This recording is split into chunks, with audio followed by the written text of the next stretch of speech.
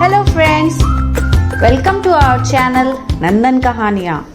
Please like and subscribe our channel for interesting stories. यह कहानी एक नगर की है जिसका नाम हर्षित नगर था। हर्षित नगर के दो हिस्से थे।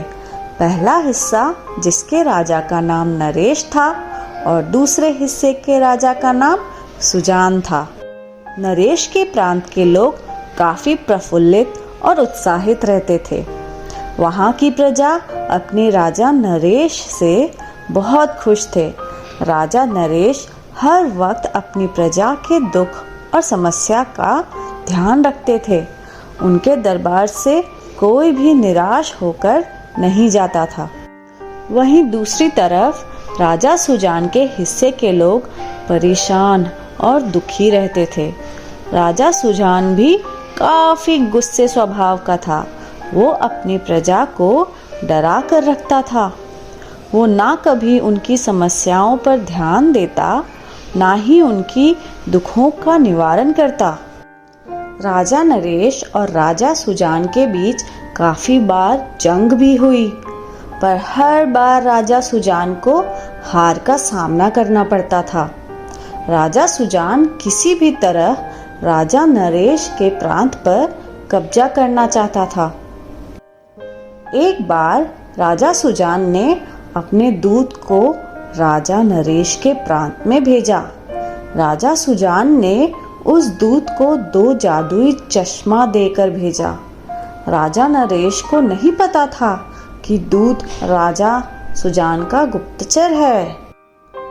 दूत राजा नरेश के दरबार में पहुंचता है और कहता है, महाराज, मैं आपके बारे में अपने नगर में बहुत अच्छी बात सुनता हूँ और हमारे नगर में अनाज की बहुत कमी है। क्या आप हमारी मदद करेंगे?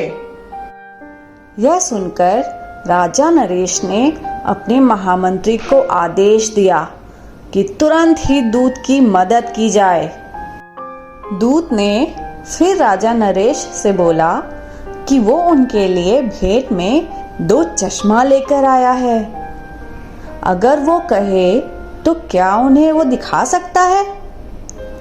राजा नरेश ने तुरंत हाँ बोल दिया।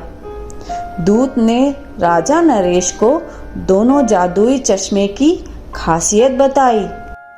महाराज, आपको एक चश्मा लगाने पर प्रजा की सारी दुख नजर आएगी और दूसरे को लगाने से आपको हर जगह खुशहाली नजर आएगी। राजा नरेश यह सुनकर काफी खुश हुआ और दूत को आदेश दिया कि मैं तुम्हें आज से सहायक की नौकरी पर नियुक्त करता हूँ। दूत ने आदेश मानते हुए कहा, शुक्रिया महाराज। राजा नरेश जब भी नगर भ्रमण के लिए निकलता तो दोनों चश्मा साथ और दूत को लेकर निकलता।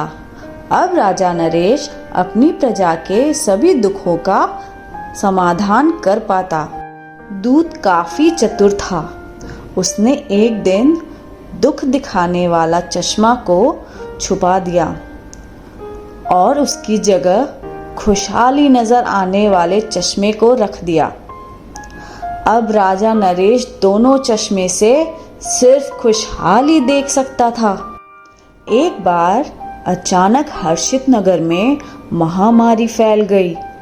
वहां के सभी लोग किसी अज्ञात बीमारी की चपेट में आ गए। लोगों के बीच बहुत डर फैल गया क्योंकि किसी के पास उस बीमारी का उपचार नहीं था।